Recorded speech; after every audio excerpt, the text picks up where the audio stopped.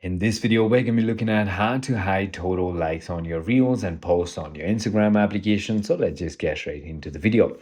What you can do is simply go ahead and open your Instagram application. There are three ways you can go ahead and do so. So the first is going to be by simply posting. And when posting, what you want to do is click on the next icon, click on more options right over here, and this is where you can simply go ahead and click on hide share count, hide like count, just like that, and then post it. The second way you can simply go ahead and do so is going to be by simply heading into your profile and then selecting your specific post and then clicking on the triple dot and clicking on hide like count.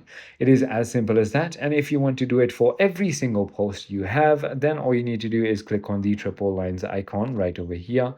And now you want to simply go ahead and look for settings and privacy. And here, what you want to do is simply go ahead and all you need to do is on the settings tab, you want to simply scroll down to who can see your content, or you could also go to what you see and click on like and share count, and then click on hide like and share count.